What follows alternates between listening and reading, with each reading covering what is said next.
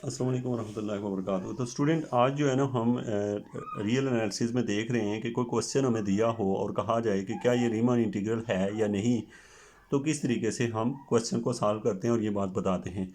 आज के इस लेक्चर में हमने दो एग्जांपल देखनी है। एक में ये देखेंगे कि रीमान इंटीग्रल नहीं है और एक में देखेंगे कि वो रीमान इंटीग्रल है। तो दोनों को हम यहाँ पे देखने जा रहे हैं। सबसे पहले देखें, हमें एक क्वेश्चन दिया गया है कि रीमान इंटीग्रल है या नहीं है। तो आपको इस तरह क्वेश्चन दिया होगा, consider the function define on 0 1 by f of x equal to 0 to 1, x is irrational, x is rational.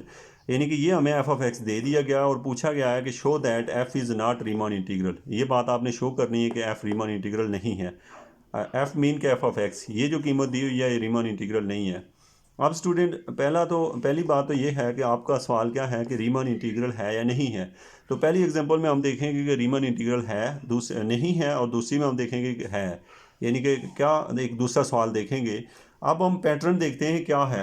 आपको रीमान इंटीग्रल फाइंड करने के आज मैं दो तरीक़ों से ये सवाल करवाऊंगा। दो से मीन के एक तरीके से हम करेंगे नहीं है, और दूसरा हमने दूसरे मेथड से भी हम एक देखेंगे। अब स्टूडेंट जो सबसे पहले है कि आपने स्टेप जहन में रखने हैं। स्टेप नंबर 1 में आप ये करेंगे कि स्टेप नंबर 1 में आपने पार्टीशन करनी है। स्टेप नंबर 1 हमेशा याद रखें, आपने पार्टीशन करनी है। पार्टीशन में चूंकि आपको जाना है 0 से 1 तक, तो इसका मतलब है सबसे लो कीमत यानी ए की जगह 0 है और बी की जगह 1 है। तो इसका मतलब है सबसे नीचे आपकी ए की वैल्यू 0 है। यहाँ पे आपको थोड़ा कटा हुआ नज़र आ रहा है, लेकिन मैंने लिखा हुआ है इक्वल टू 0, जिसको मैंने एक्स नाट कहा। यानी एक्स नाट की कीमत कितनी है, 0 है। फिर x1 x2 xk-1, और यहाँ जाके जो आखिरी कीमत जो है उसका नाम हमने xn रखा हुआ है। यहाँ पे कुछ नहीं लिखा हुआ, वैसे कटिंग है, xn इक्वल टू 0। तो यानी सबसे पहले आपने पार्टीशन कर ली, और पार्टीशन करने का आपको पता है कि कैसे आपने पार्टीशन की है।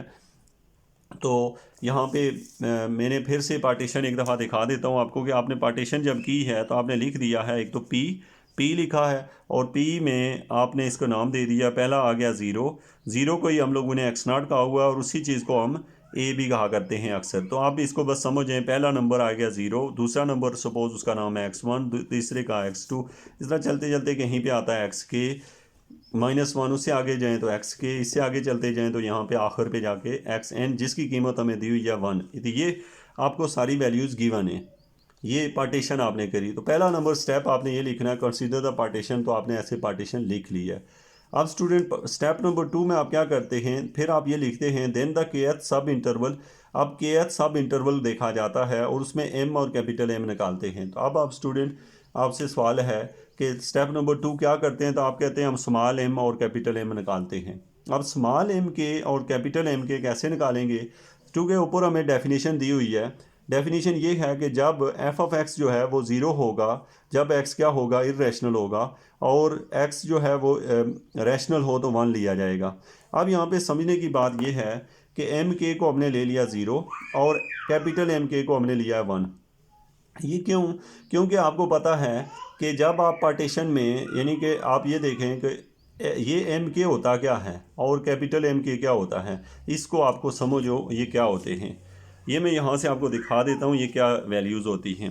देखें, आपको जब इस तरह की एक फ़िगर दी होती है और उस फिगर में ये आपको अगर एक फ़िगर दी गई है, इस फिगर को गौर से देखें।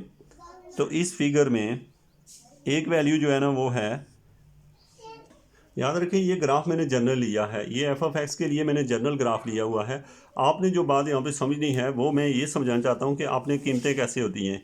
यानी कि जब आपकी पार्टीशन एक्स नाट थी तो उसकी कीमत कितनी है, यानी यहाँ पे एक्स नाट के ऊपर उसकी वैल्यू कितनी है।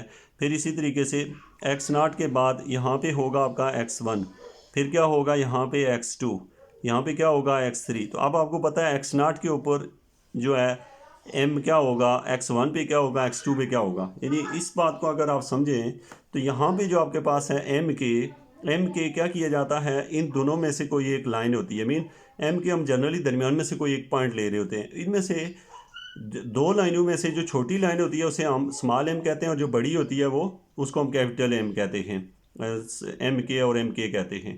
तो ये यानी कि अगर आप इस इंटरवल की बात करें तो इसमें जो छोटा एम है, एम के, वो छोटी लाइन को शो कर रहा है, और बड़ा एम के जो है वो बड़ी लाइन को शो कर रहा है।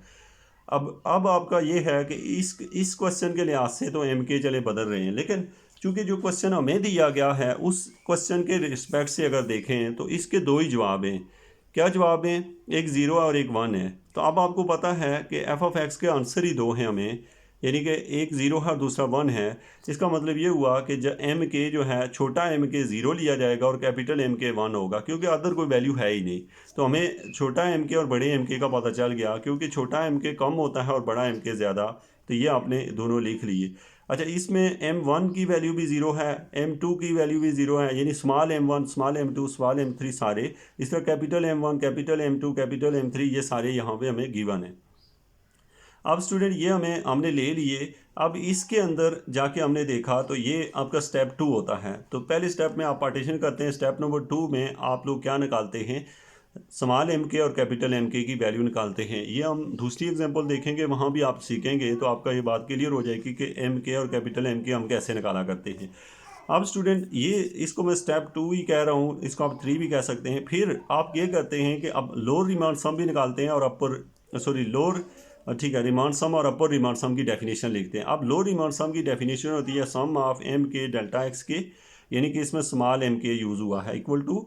अच्छा, ये इक्वल टू ज़ीरो कहाँ से लाया? ये डेफिनेशन नहीं है, ये ज़ीरो हमने खुद किया, क्योंकि हमें पता है स्मॉल एम के की कीमत ज़ीरो है। जब यहाँ ज़ीरो पुट करेंगे तो ये ओवरऑल सारा ज़ीरो हो जाएगा। यहाँ पे जो सम का सिंबल यूज़ हुआ है उसके साथ आपने लिखना है k is equal to 1 to n. जहाँ तक आप जा रहे हैं वहाँ तक लिखना होता है k is equal to 1 to n. यहाँ सम के साथ ऊपर नीचे लिखा जाता है। मैंने नहीं लिखा तो इसका मतलब आप समझे कि लिखा हुआ है और यहाँ पे भी वो टर्म आती है। अब स्टूडेंट आपको पता चल गया कि ये ज़ीरो क्यों आया। ज़ीरो इसलिए आया कि स्मॉल एम के जो है वो क्या था? ज़ीरो था। अब हम आते हैं अपर रिमांड सम, उसका फार्मूला है कैपिटल एम के डेल्टा एक्स के। अब कैपिटल एम के की वैल्यू तो 1 है, तो जब आप इसकी जब 1 रख लें तो पीछे बचेगा खाली डेल एक्स के। डेल एक्स के को हमें पता है डेल एक्स के की कीमत क्या है कि डेल एक्स के हर डेल एक्स के में बी की ऊपर वैल्यू बी माइनस ए आता है, बी की वैल्यू मेन के हर एक्स के जो है हमारा, ये हमारे पास एक ऐसी वैल्यू बन रही है कि इसमें जो भी वैल्यू लें एक वैल्यू ज़ीरो आ रही है और दूसरी 1 आ रही है। तो इसलिए एक बी माइनस 1 यानी कि अगली वैल्यू 1 है और पिछली वैल्यू 0 है। तो ये हमने लिखा 1 माइनस 0 और इसका आंसर 1 आया, क्योंकि डेल्टा एक्स के आपको पता है दोनों का डिफरेंस है। तो डिफरेंस में हमें पता है वैल्यू ही दो है, एक 0 1 है, हर इंटरवल 0 1 रखता है। तो आपने क्या लिखा? अगली में से पिछले को निकाला है वैल्यू को, तो ये बना है 1 माइनस 0, तो आपका आंसर है 1। तो ये आपने दो आंसर निकाल लिया, लोअर रिमांड सम भी निकाल लिया और अपर रिमांड सम भी निकाल लिया। ये आपने अभी स्टेप 2 कंप्लीट कर लिया। अब स्टूडेंट आपने ये करना है, स्टेप नंबर 3 करेंगे। स्टेप नंबर 3 में आपने डेफिनेशन लगानी होती है रीमान इंटीग्रल की। रीमान इंटीग्रल की डेफिनेशन ये होती है 0 to 1 f of x d x, यानी आपको ये डेफिनेशन लिखनी आती है रीमान इंटीग्रल की। जैसे कि यहाँ लिखा हुआ है 0 टू 1 और नीचे लो रिमांड सम में यहाँ पे रीमान इंटीग्रल में नीचे बार आता है और लिखा जाता है इसे एफ़, या खाली एफ़ लिख दिया जाए फिर भी ठीक है, या फिर उसके साथ एफ ऑफ एक्स और डी एक्स लिखें फिर भी ठीक है। और ये इक्वल होता है कि इसके सुप्रीमियम ऑफ, किसके सुप्रीमियम के? आपको पता है एल इंटू एफ पी। और यहाँ पे आप लिखेंगे पी क्या चीज़ है? पी बिलोंग करता है पार्टीशन ऑफ ए बी से। ए बी मीन यहाँ पे हमें दिया हुआ है 0 1 से। तो ये आपके पास अपर की लोअर की नहीं लोअर की डेफिनेशन में यहाँ पे क्या आता है? सुप्रीमियम आता है। अब स्टूडेंट आप क्या करेंगे? सुप्रीमियम की जाए तो सुप्रीमियम, अब लोअर की कीमत कितनी है? 0 है। जब सुप्रीमियम अब कितनी 0 है? तमाम 0 0 ही आएंगे, तमाम 0 0 ही आएंगे। तो तमाम 0 में से सबसे बड़ा जो वैल्यू है वो भी 0 ही रहेगी। तो आपने लो रिमांड सम कैलकुलेट किया तो वो कितना निकला है आपके पास? लो रिमांड सम की वैल्यू 0 निकली है। अब इसी तरीके से जब अपर रिमांड सम निकालेंगे तो टू द पॉइंट डेफिनेशन में यहाँ 0 और 1 के ऊपर बार आ जाएगा, और यहाँ पे सुप्रीमियम की जगह क्या आ जाएगा? यहाँ पे इन्फीमियम आ जाएगा, और यहाँ पे एल की जगह अपर आ जाएगा, बाकी to the points fall same रहेगा। अब चूंकि हर अपर बाउंड की जो वैल्यू है वो 1 नहीं निकलेगी, जितनी भी वैल्यू होंगी वो 1 नहीं होंगी, क्योंकि ऊपर हमने निकाला है कि एक की वैल्यू 0 आई है, दूसरे की 1, यानी हर अपर की 1 वैल्यू आएगी, हर लोअर की 0 आएगी। तो इसलिए सारे 1 में सबसे छोटा भी 1 ही होगा। तो अब आपने देखा कि आपने दो वैल्यू निकाली हैं। लोअर रिमांड सम की वैल्यू आपने निकाली है 0 और अपर रिमांड सम की वैल्यू निकाली है आपने 1। अब स्टूडेंट देखें, चूँकि हम कहते हैं फ्रॉम 1 and 2, 1 and 2 मीन कि ये जो इक्वेशन हमें दी हुई है, यानी स्टेप नंबर 3 कर रहे हैं हम लोग। स्टेप नंबर 3 में हम कहते हैं कि जो हमारा लोअर रिमांड इंटीग्रल है उसका आंसर 0 आया और अपर रिमांड इंटीग्रल का आंसर 1 आया। चूँकि ये दोनों आंसर सेम नहीं आए, यानी कि हम कहते हैं कि 1 और 2 से, यानी इक्वेशन 1 और 2 के रिजल्ट जो हैं वो सेम नहीं आए। तो जब ये दोनों सेम नहीं हैं तो इट मीन कि ये दोनों इक्वल नहीं है। जब ये इक्वल नहीं होते तो हम कहते हैं कि ये रीमान इंटीग्रल नहीं है। तो ये था स्टूडेंट आपका क्वेश्चन के रीमान इंटीग्रल का पता कैसे लगाते हैं, उसके स्टेप्स कितने हैं। तो आपने देखा स्टेप नंबर 1 पार्टीशन। बाज़ दफ़ा याद रखें स्टूडेंट, पार्टीशन हमने निकालने के लिए पार्टीशन का कितना साइज़ लेना है वो भी हमें पता करना पड़ता है, जो कि हम अगली एग्जांपल में देखेंगे। उसके साथ step number 1 partition, step number 2 में स्मॉल एम के कैपिटल एम के और लोअर और अपर निकाल लेते हैं।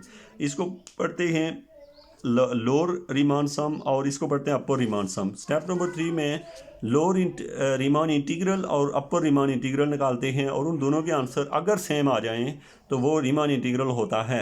अच्छा, अब आपने एक बात याद रखनी है कि रीमान इंटीग्रल निकालने का मेथड नंबर 1 ये होता है कि आप ये करें कि ये 3 स्टेपों में सवाल हल करें। अगर जवाब दोनों के सेम आ जाएं, यानी अपर रीमान इंटीग्रल और लोअर रीमान इंटीग्रल का आंसर सेम आ जाए, तो आप कह देते हैं कि ये चीज़ क्या है, ये रीमान इंटीग्रल है।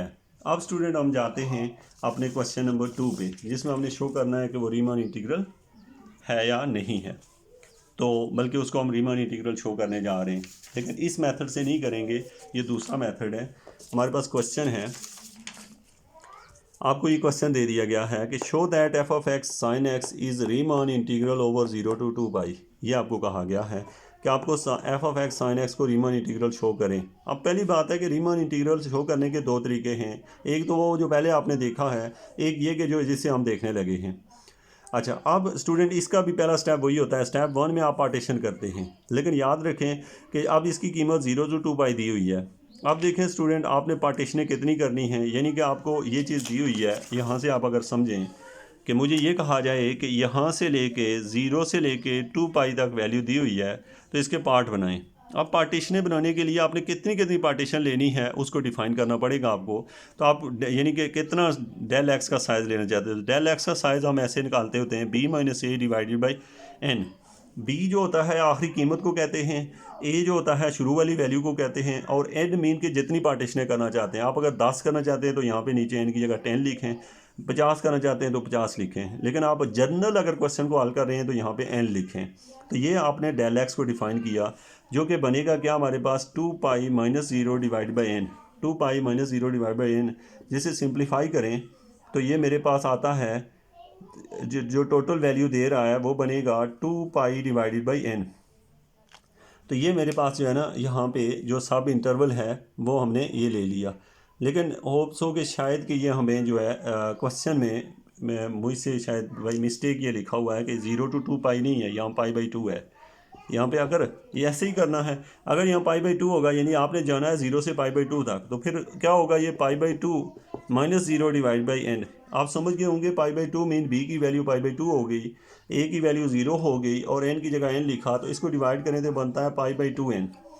तो ये वैसे आपको एक बात समझा रहा हूँ कि डेल एक्स क्या है। डेल एक्स का मतलब होता है, आप 0 में क्या ऐड करेंगे तो यहाँ पहुँचेंगे, तो आप कहेंगे 0 में डेल एक्स ऐड करें, तो आपको पता है यहाँ आ जाएगा n to pi by 2 n, ये आ जाएगा, यानी ये।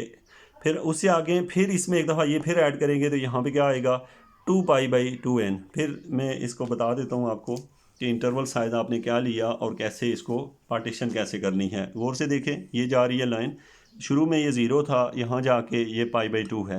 अब आपने कह दिया कि डेल एक्स का साइज़ आप इस फार्मूले से लेंगे, b-a डिवाइड बाई एन, इस फार्मूले से लेंगे। आपने वो कैलकुलेट कर लिया, आपने अभी किया था कैलकुलेट, वो बना है पाई बाई 2 n। अब स्टूडेंट 0 में पाई बाई 2 n ऐड करें तो यहाँ पहुँच जाएंगे पाई बाई 2 n। फिर एक दफ़ा पाई बाई 2 n में फिर एक दफ़ा ऐड करेंगे तो वो 2 पाई बाई 2 n बन जाएगा। फिर एक दफ़ा ऐड करेंगे तो 3 पाई बाई 2 n हो जाएगा। इस तरह चलते चलते एंड पे जाके पाई बाई 2 बन जाएगा। तो ये है स्टूडेंट आपका पार्टीशन करना। मैं रिपीट करता हूँ, यहाँ पे जस्ट ये समझाने के लिए लिखा हुआ है कि डिवाइड 0 to 2 पाई, ये गलती से 2 पाई लिखा हुआ है, इसे पाई बाई 2 कर दें इनटू सब इंटरवल। यहाँ पे ऊपर क्वेश्चन में 2 पाई लिखा हुआ है, नीचे मैंने यूज़ पाई बाई 2 किया हुआ है, ये बाई मिस्टेक है। या तो दोनों को पाई बाई 2 कर लें या फिर या 2 पाई करें या पाई बाई 2 करें। तो इसलिए याद रखें कि मुझसे मिस्टेक हुई है, आपने इसे ठीक कर लें, इसको भी पाई बाई 2 कर लें और इसको भी पाई बाई 2 कर लें। अब यहाँ पे del x equal to pi by 2 minus 0 divide by n, उसी फार्मूले से आपने ये निकाला डेल्टा एक्स। अब स्टूडेंट पहला स्टेप होता है पार्टीशन करना। पार्टीशन में पहली वैल्यू 0 होगी, दूसरी ये, तीसरी, चौथी, पाँचवीं और आखिरी, इस तरह ये आपने पार्टीशन कर ली। अब पहला स्टेप तो पार्टीशन करना आपको आता है। स्टेप नंबर 2 में आपने कैपिटल एम के और स्मॉल एम के निकालना है। This one is very important and interesting here कि आप लोग यहाँ पे देखें तो आपको कैपिटल एम के एंड स्मॉल एम के निकालना है। कैसे निकालना है इसको गौर से देखिएगा। देखिए स्टूडेंट, कैपिटल एम के का मतलब होता है जर्नल वैल्यू के। देखें के की जगह आप यहाँ पे जर्नल वैल्यू लिखें तो ये किसकी वैल्यू है, एक्स नॉट की है, ये एक्स वन है, ये एक्स टू है और ये एक्स थ्री है। तो एक्स के की वैल्यू क्या होगी, अगर एक्स थ्री की वैल्यू 3π/2n है तो इसका मतलब है एक्स के की वैल्यू k π/2n होगी। तो इसका मतलब है ये हमने लिखा एम के इक्वल है एफ ऑफ एक्स के। अब एक्स के की वैल्यू क्या है, k π/2n। अच्छा, क्यों k π/2n, क्योंकि जनरली आप ये अगर एक्स थ्री की वैल्यू है तो ये फिर क्या होगी, k π/2n होगी। जनरल वैल्यू हमने लिखी है। अब स्टूडेंट ये x की वैल्यू जाके आप सवाल के अंदर पुट करें, यहाँ पे x है, x की जगह हमने लिख दिया k π/2n। तो ये जो वैल्यू निकली है ये आपका कैपिटल एम के निकला है। कैपिटल एम के कैसे निकाला आपने, वो जो एक्स के की कीमत थी वो जाके यहाँ यानी एक्स की जगह एक्स के यहाँ पुट किया और यहाँ पे भी हम एफ ऑफ एक्स के रखेंगे तो वहाँ से जो चीज़ निकलेगी वो कैपिटल एम के निकलेगा। तो कैपिटल एम के की वैल्यू क्या है, साइन ऑफ k π/2n। अब इसी तरीके से स्मॉल एम के की वैल्यू क्या होगी, वो होगी x k-1 F of k-1 पाई, यानी कि यहाँ पे जहाँ k था वहाँ k-1 आ जाएगा π/2n। और ये जो कीमत है ये जाके आप यहाँ पुट करें तो आपका सवाल ये बन जाएगा। अब इस तरीके से आपने कैपिटल एम के और स्मॉल एम के निकाल लिया, जो कि पिछली एग्जांपल में भी आपने देखा था। तो पहले स्टेप में आप क्या करते हैं, पार्टीशन। स्टेप नंबर 2 में कैपिटल एम के और स्मॉल एम के निकालते हैं। अब स्टूडेंट असल काम शुरू होता है स्टेप नंबर 3 पे। स्टेप नंबर 3 में आपने ये फार्मूला लगाना होता है अपर माइनस लोअर। अब ये फार्मूला आपने पिछली एग्जांपल में भी देखा, लेकिन इसमें और उसमें कोई एक छोटा सा डिफरेंस है जो कि मैं आपको यहाँ डिस्कस भी करूँगा। अब क्योंकि वहाँ हमने एक चीज़ निकाली थी, वो हमने ये निकाला था कि अपर रिमांड सम निकाला था, लोअर रिमांड सम निकाला था और फिर उसको यूज़ किया था। इसमें हमने अपर में से डायरेक्ट ही लोअर को माइनस कर दिया। अब अपर माइनस लोअर, अब अपर की कीमत आप सब जानते हैं, फार्मूला ये होता है अपर में कैपिटल एम के आता है और लोअर में स्मॉल एम के, बाकी टू द पॉइंट सेम होती है वैल्यू। तो ये जस्ट हमने फार्मूला लिखा। अब इस फार्मूले में आप हमने सम को कॉमन ले लिया, यानी यहाँ पे लिखा हुआ है k = 1 to n। मैं नहीं लिखता जब, तो इसका मीनिंग यही होता है कि लिखा हुआ है। यहाँ पे बचा है कैपिटल एम के और यहाँ पे स्मॉल एम के और डेल एक्स के कॉमन ले लिया। ये टर्म हमने ऐसे लिख ली। अब स्टूडेंट आपने कैपिटल एम के की कीमत आपने निकाली हुई है, ये है, और स्मॉल एम के की वैल्यू ये है। तो इसका मतलब है और डेल एक्स के की कीमत क्या होगी, वो ये निकली हुई है।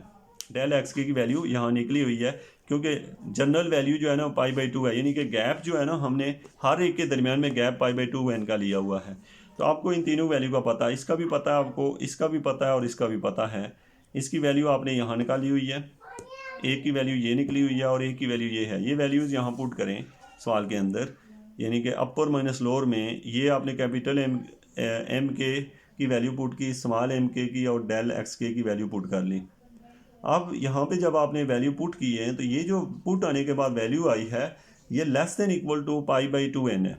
अब आप यहाँ पे एक बात समझिएगा कि कैसे ये लेस देन इक्वल टू, ये चीज़ इससे लेस देन इक्वल टू कैसे हो गई, यानी कि ये इसकी जगह नहीं लिखा हुआ, ये इसका, अगर आप इस टर्म में से ये चीज़ निगलेक्ट कर दें, यानी यहाँ पे इस टर्म के साथ देखें ये वैल्यू इसके साथ मल्टीप्लाई हो रही है, तो आप खुश हो गए। सपोज मैं एक एग्जांपल दे रहा हूँ, यहाँ पे 10 है, 10 के साथ आप कोई चीज़ मल्टीप्लाई कर रहे हैं जब, तो जब आप उसे मल्टीप्लाई करेंगे तो वो आंसर बढ़ जाएगा।